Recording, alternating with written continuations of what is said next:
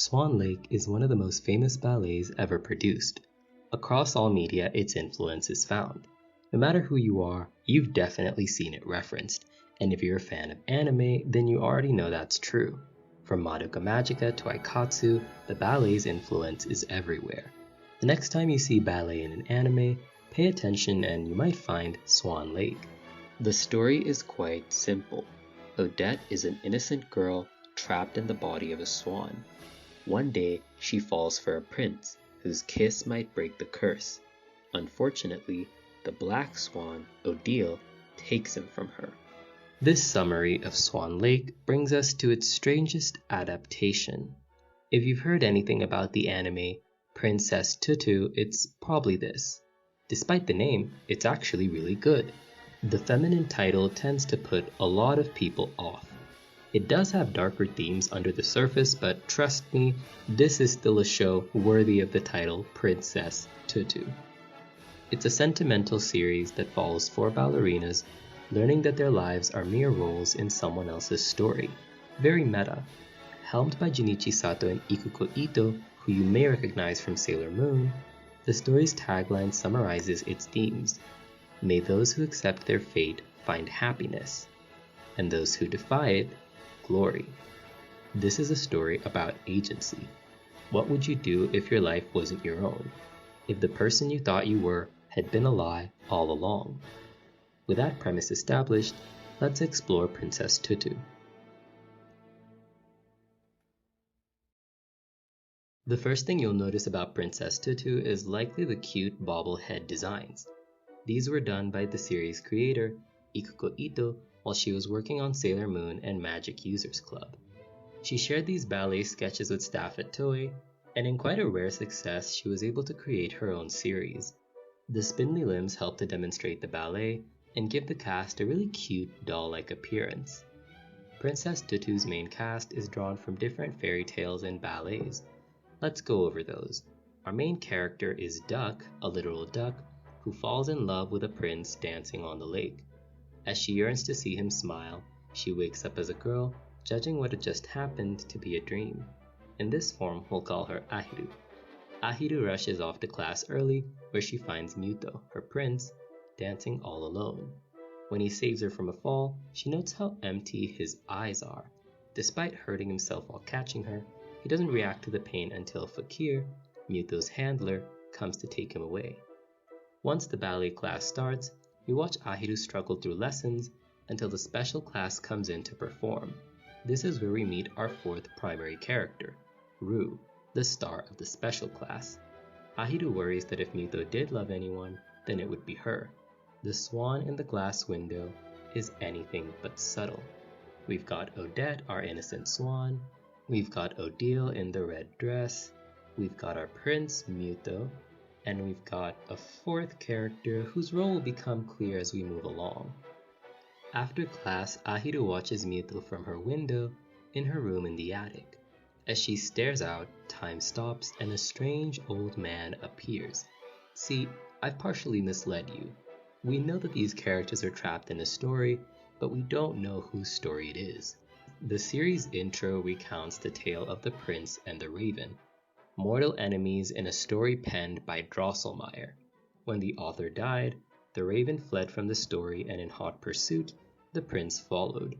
In order to seal the raven away, the prince shattered his own heart. That's why Muto has no feelings. He used the pieces of his heart to seal away the raven. The first thing we learn about Duck is her deep concern for Muto, and this is tested when Muto leaps out of a window to save a baby bird. Acting almost on instinct, Ahiru's feelings transform her into the Princess Tutu, the prince's savior. This transformation restores Duck's memory, reminding her of her true nature. It also begins the struggle with her identity. After all, she's not the clumsy heroine on the poster, or the magical princess that dances. At her best, she's merely a duck. But will that ever be enough? Princess Tutu takes place in Gold Crown Town, inspired by the real town Nottlingen in Germany. This is a place where stories and reality mix. The class is taught by a cat who dreams of marriage, and several students and town people are also animals. The second episode introduces Auntie Dorina, a girl with a crush on Muto. She approaches him bluntly and takes him for herself, much to the contempt of her classmates. Muto seems unbothered though. He doesn't have emotions, so this is all fine to him. Feeling emboldened, Auntie Dorina challenges Rue for her spot in the special class. In response to her pas de deux, Rue dances with Ahiru, and despite their skill gap, the two dance quite beautifully. The class applauds them, and Auntie Dorina runs off in tears. When Ahiru follows her, she finds a shard of the prince's heart. This establishes the series' formula, where we'll meet a new character, explore their emotions, and watch Princess Tutu dance her way into their hearts. In this case, Auntie Dorina's carrying the shard of disappointment, the sad truth that no matter how hard she tries, she'll never dance like Rue. But by dancing with her, Tutu calms her heart and restores the shard to Muto. The structure of Princess Tutu's fights reflects the series' themes. It's a very sentimental anime. Characters burdened by emotion can only express it through dancing, and the princess can only coax them into letting that go. It turns the fight into these really personal moments. Auntie Dorina looked up to Rue, and sometime in the past, asked her how to dance so beautifully. Rue bluntly told her to practice, and Auntie assured her that someday she would dance just like her. But in Rue's own words, that would be impossible. And thus, Auntie Dorina's dance became a total domination of her opponent, a feeling born from that pain. The pain that no matter what, she would never be like Rue. Self-acceptance is a major theme of the series, and what Tutu helps her realize is that she doesn't have to be. Dancing free of those expectations frees her from disappointment because she's finally accepted her own way of dance. In just 2 episodes, the series establishes a unique formula, setting up each of its characters and starting to lay groundwork for its final message, but we're a long way from that. As Princess Tutu restores Muto's heart, he grapples with the burden of his new feelings. At first, Tutu only restores negative emotions, loneliness, sorrow, fear. And Muto is ravaged by each one. By attaching each shard to a specific character, every conflict is given meaning. The widow that carries loneliness can only make cold food, having lost the warmth in her heart. When Ahiru tries to leave, Abine, the widow, locks her out and keeps feeding Muto, who's none the wiser. As Princess Tutu, she first has to reach Abine's heart. Every time Princess Tutu performs, the world transforms into a stage that reflects both her and the victim's emotional state. In this case, Abine is burdened by loneliness, so her stage is filled with thorns, and she keeps her distance in a floating ship. This desire to cling to her one customer, her cold heart, her manners, and the food keep people away from her. Abine can't let go until she first reaches out. And so, when she takes Tutu's hand, the two dance in a white ship together. Each of the visual elements included help to illustrate the emotional journey, so we watch Abine go from a lonely woman, all on her own, to someone who's able to reach out to others and share her feelings. When Tutu takes the shard away from her, Abine is devastated. Without her husband, without that piece of Muto, who can she cook with? But Tutu reminds her that Abine does have someone. She has the recipes her husband left behind, and she can still make the food they loved. We get to see her restaurant thriving later on in the series, and I think it's a really cute touch.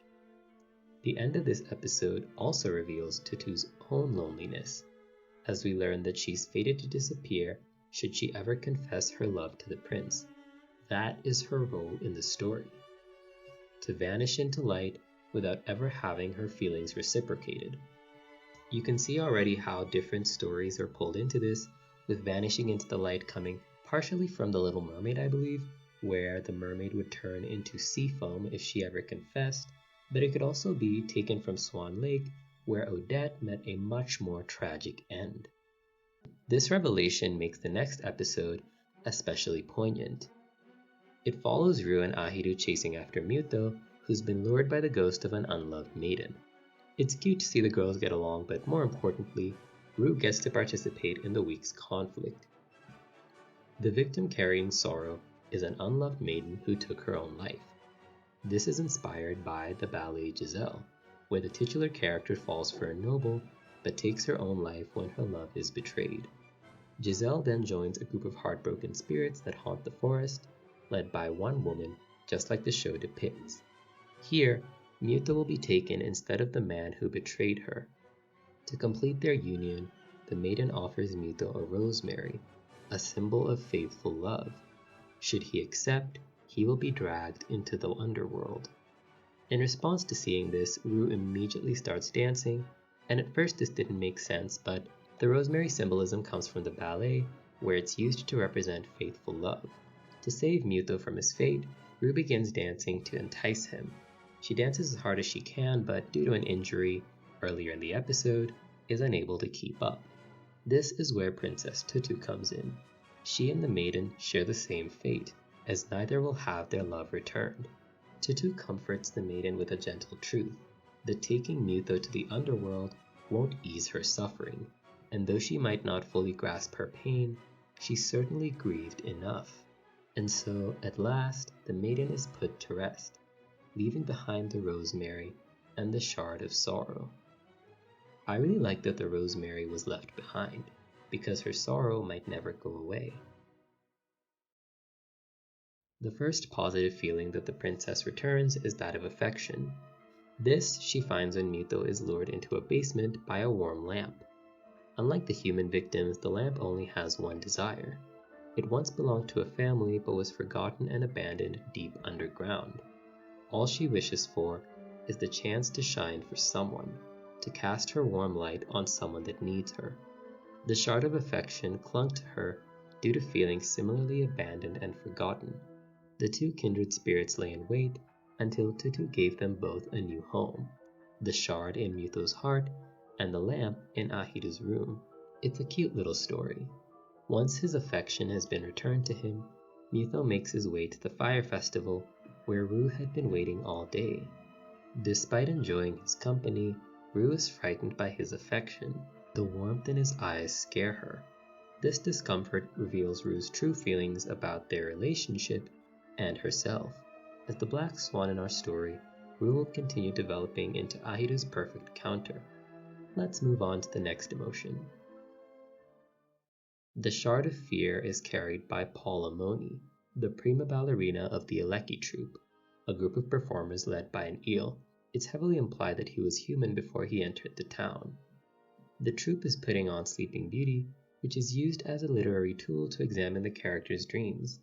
Paula Moni, the leading lady, fell in love with ballet as a child.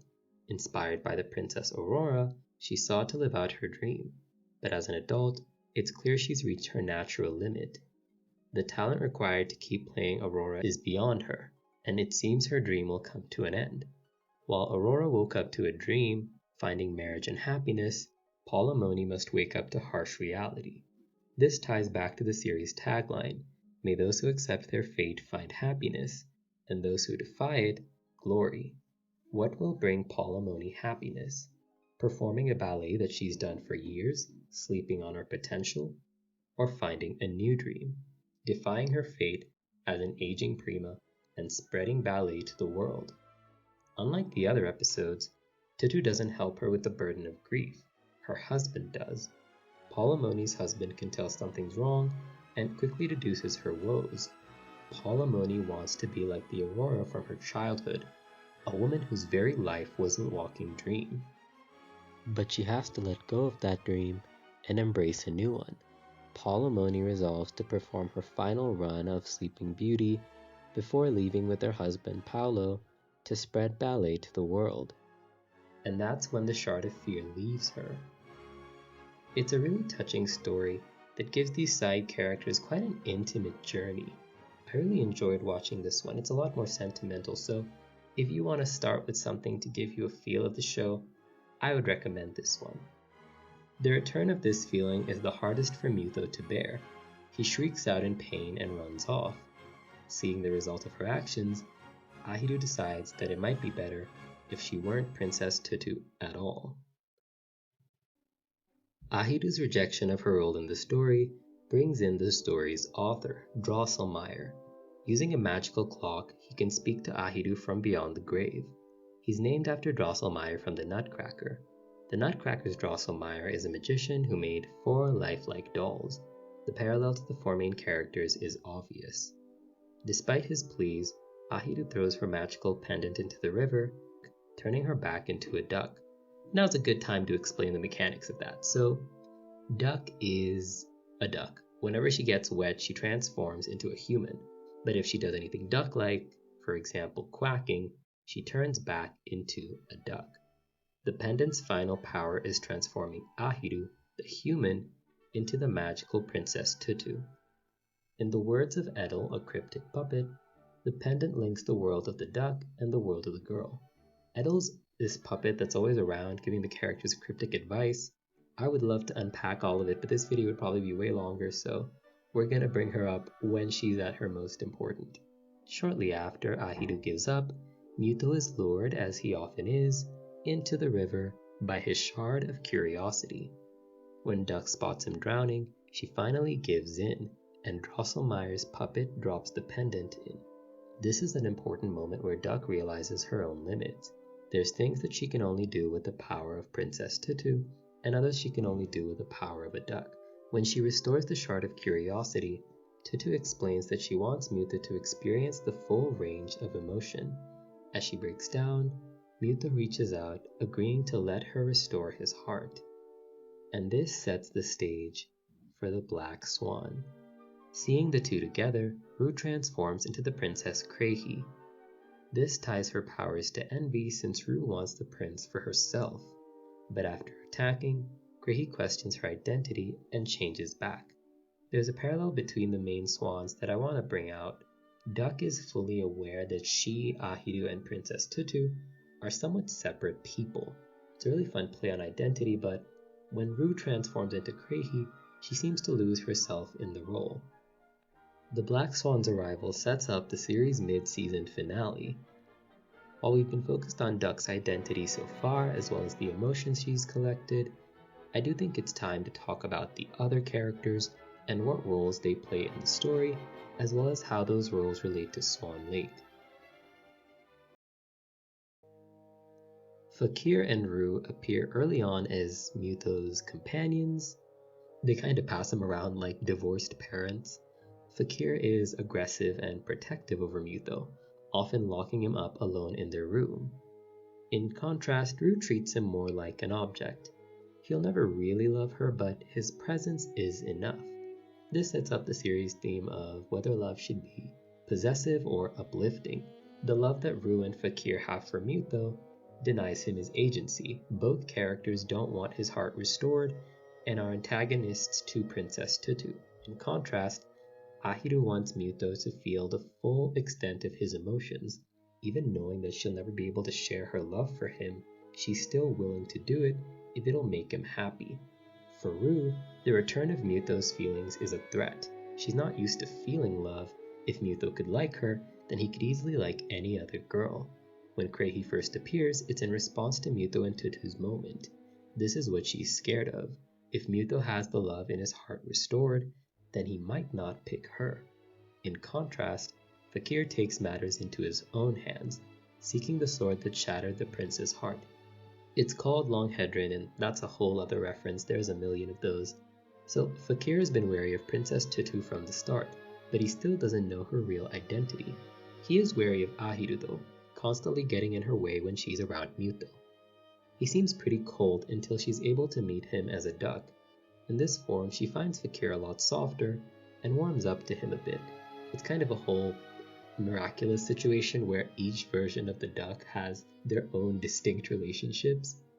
When Krehi appears again, Fakir returns with the sword to attack, and after fending her off, he begs Muto to shatter his heart once more, to destroy his agency and lose himself. But Muto refuses. He's enough of a person to make his own choices now, and with his curiosity returned, Muto asks Princess Tutu what she thinks of him, and when she can't answer, it pains him. More importantly, this conflict builds on the theme of love. pure love versus impure love. Ahito wants Muto to be happy, that's why she's restoring his heart. Rue only wants Muto by her side. One wants to restore his agency, one wants to take it. They're slowly becoming perfect counterparts.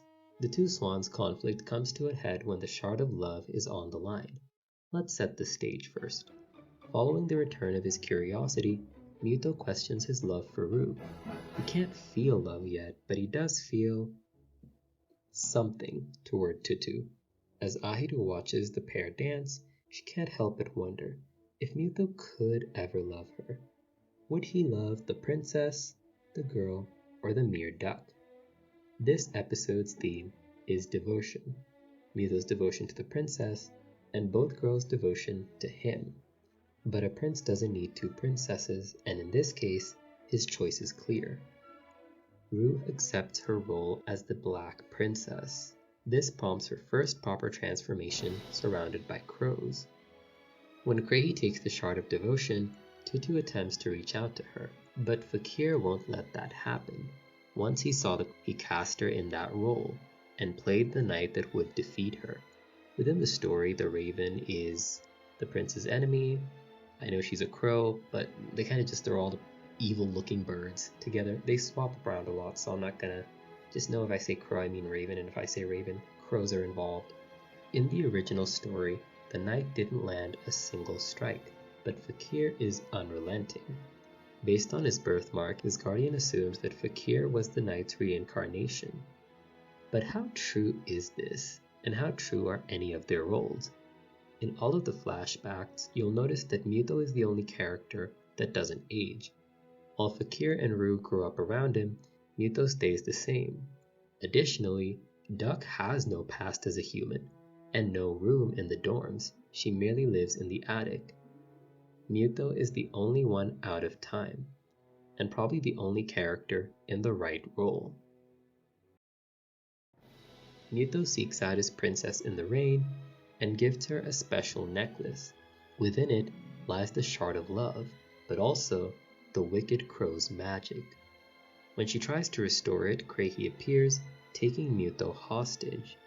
In order to save him, Ahito and Fakir have to travel underground and work together. There's a beautiful scene where she trusts him with a pendant, so she can swim underwater and find Muto. These are things only a duck can do. Once underground, Krehi challenges Tutu for the prince's heart, a pas de deux to entice him.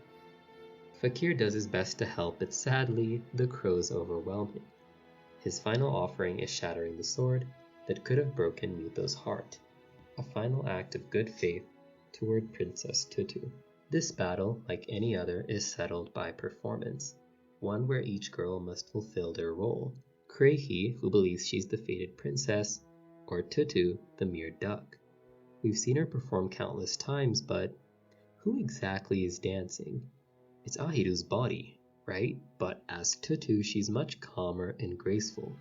Their voices even sound different. So what's elevating her dance? Like everyone else, the answer is emotion. Krehi can declare her love to entice the prince, but Tutu can show it.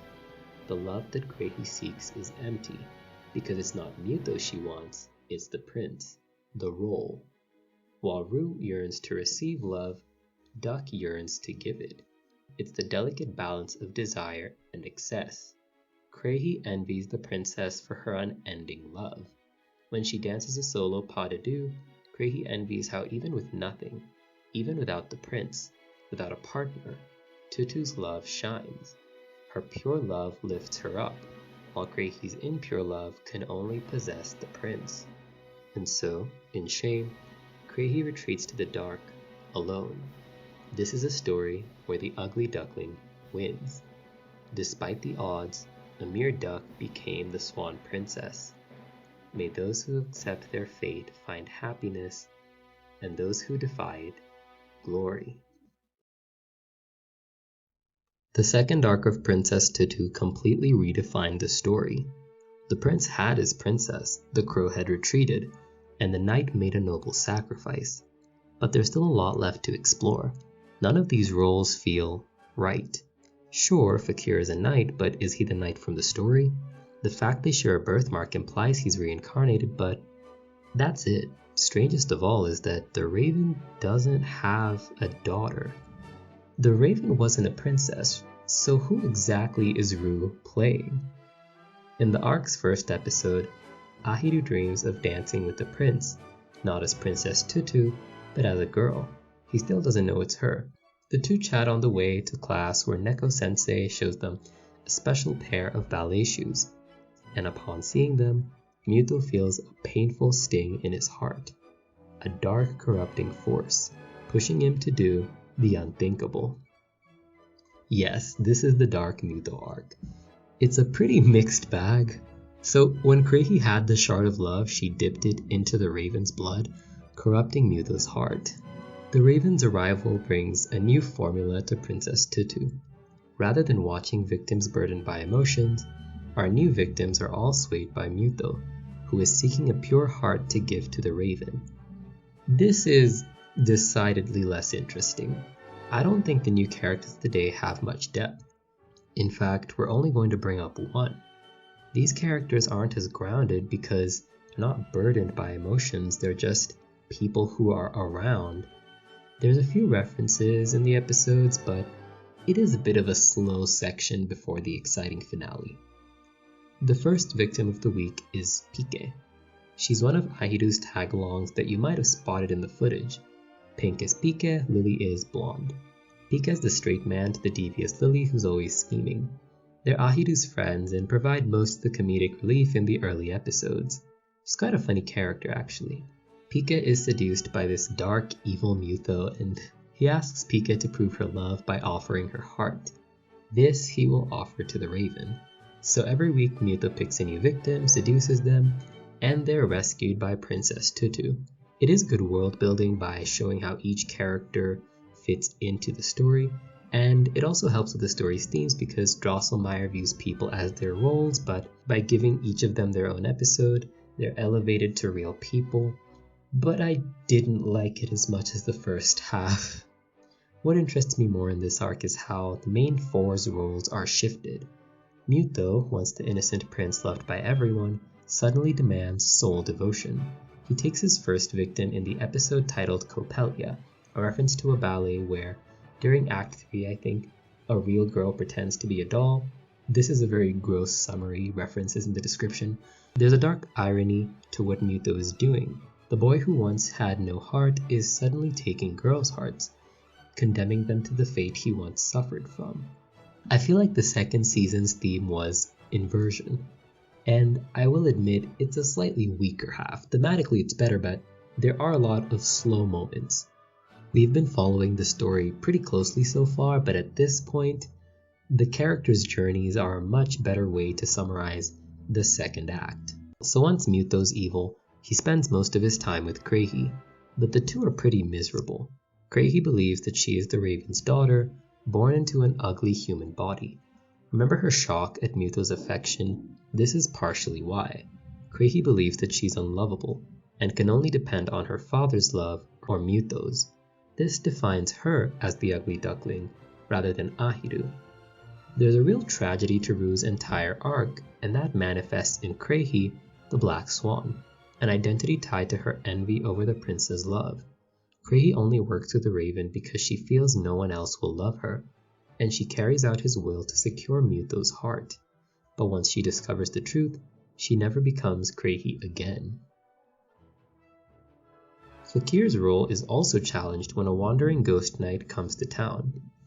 Fakir rushes off to fight, but unfortunately, Tutu gets in the way. This isn't a show where fighting solves anything. Once again, Fakir fails as a knight, and one has to wonder, what is his true role? Throughout the anime, Fakir's been doing research in the library whenever a story comes up, and with that in mind, what I'm about to tell you might feel obvious. Fakir is revealed as one of Drosselmeyer's descendants. Fakir is a storyteller, and just like Drosselmeyer, he has the power to rewrite their story, a power that will be vital in the finale. With this revelation, you might ask, how exactly does he fit into Swan Lake? I would like to compare Drosselmeyer to Rothbart, the evil magician who curses Odette and turns her into a swan.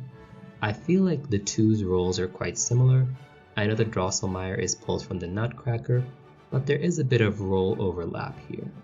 I also find it interesting that out of all of the characters that get to witness Duck's transformation from girl to human, Fakir is entrusted with the pendant. The series' focus on roles and agency comes to a head in the finale, when the true Raven finally awakens. With most of his heart restored, Muto prepares to face him as the town turns into crows. This is a part of the original story that's coming to life. At the same time, Tutu's just discovered where the last shard is, and Fakir is desperately trying to write a happy ending. While Drosselmeyer's power over the narrative strips the characters of agency, Fakir's use of the same power reclaims it. Agency comes up time and time again for each character, from Edel the puppet who fed the characters advice, to the first batch of victims who were swayed by Muto's heart shards, to the second batch of victims who were swayed by Muto himself. It comes back to that one tagline: may those who accept their fate find happiness, and those who defy it, glory. People deserve to determine who they are and act freely. Drosselmeyer views people as mere roles, which is why he's so surprised when the cast defies him. Even the series' setting falls into this because nothing seems to exist outside town. As soon as people walk in, some are transformed into animals, and they have new roles thrust upon them. Ultimately, it's the town's grand struggle for autonomy against Drosselmeyer's urge to control them. This also brings us to the heart-wrenching finale, where we learn that the final shard is the one she's been using to transform. All this time, she's been using that one shard to resonate with the others, and it feels somewhat obvious in retrospect. Because of this, restoring Muto's heart completely means that Princess Tutu will be no more. She will be reduced to a duck. The show has been toying with this idea from the very start, how each form has their own relationships, how they each support each other with their unique strengths, but importantly, how they're all really one duck. The series' ending theme features Duck sleeping peacefully in a lake with a male student looking down at her. At the start of the show, it's easy to think that this is Ahiru and Muto, Odette and Siegfried, that by the end, it's clear that this is Fakir, and the pendant's absence is telling. In the end, the duck was more than enough to carry the prince's hope, because that was the final shard. And in the finale, Duck manifests the light of hope, purifying everyone's hearts. Muto takes Rose as princess, deciding to selfishly love one above all, and the town returns to normal, with the final scene being Fakir writing a new story with Duck at his side. Princess Tutu is a dense work of fiction. It's full of visual, narrative, and musical references to other stories, and I've done my best to condense them into one clean narrative. If you read the wiki, you'll find that there's a lot more references. It goes much deeper than what we've covered. What I'm saying is that Princess Tutu is an ode to classical music and the very art of storytelling. The staff put a lot of work into it, so let's talk about them. Ikuko Itoh has a deep love of classical music. In interviews, she's spoken about wanting to make a show that would entice viewers to watch and listen over and over. I feel that spirit was baked into the show's layered nature. It was quite hard to parse exactly what the show was saying, and with the stories within stories, there is so much to discuss. It makes sense that there's still such a vibrant community around it even now. While writing this video, I was worried that I wasn't going deep enough, but I also realized that there's just so much to discuss that you could easily walk away with 10 video essays about this. Despite my praise, one of the series' shortcomings is the characterization of Muto. We didn't really talk about him going into the finale, and that's because I think he's not the strongest character. He starts out with very little emotion, and then he becomes a generic evil guy. Reading through interviews, there were clear plans to do more with him, and the staff initially wanted a speech when he was about to go back in the story. That would have been in the finale. In the anime, he comes off as more of a vibe than a full person. And that's a real shame, because I think there was so much more potential to really round him out as one of the 4 protagonists. I do wonder what a continuation of this story would look like. This brings me to the fan project Princess Tutu's Why. a fully animated sequel that's currently in production. It's all on YouTube, so feel free to check it out. Let me know what you think of Princess Tutu and whether I've convinced you to watch it. If you know any other fun Swan Lake adaptations, be sure to leave those in the comments too. With that said, it's time for my monthly patron shoutout. Gabby, Imaru the Fiore Lover, Rugia, La Perla del Gacha, Gerard Kachaturian, Mohammed Askanur Hakim, Nya EXC, It's Blue, Reski Amalia, Suzaku, Celine Envoy, Ayusha Rai, Ella Corcoran, Kid Kate, Evelina Poinsett, Lumin An, Babu Raz, Mariel Ishimwe, Nomura, Ina, and Dimitri Fennec.